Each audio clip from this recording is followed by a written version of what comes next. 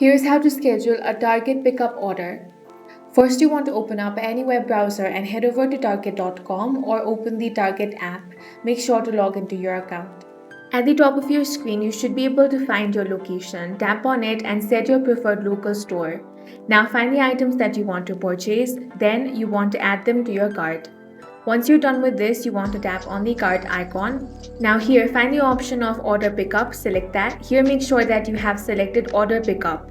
As you can see, Target does not allow you to schedule a specific future pickup day or time when placing an order online. Instead, all digital orders are processed immediately by store employees and are usually ready for pickup within 2 to 6 hours. Now follow the on-screen prompts and proceed to checkout, then enter all the required details such as your payment method. After that, complete the checkout prompts and click on Place My Order. Now Target will send an email or push notification when your items are actually ready at guest services. Do not travel to the store until you receive this alert.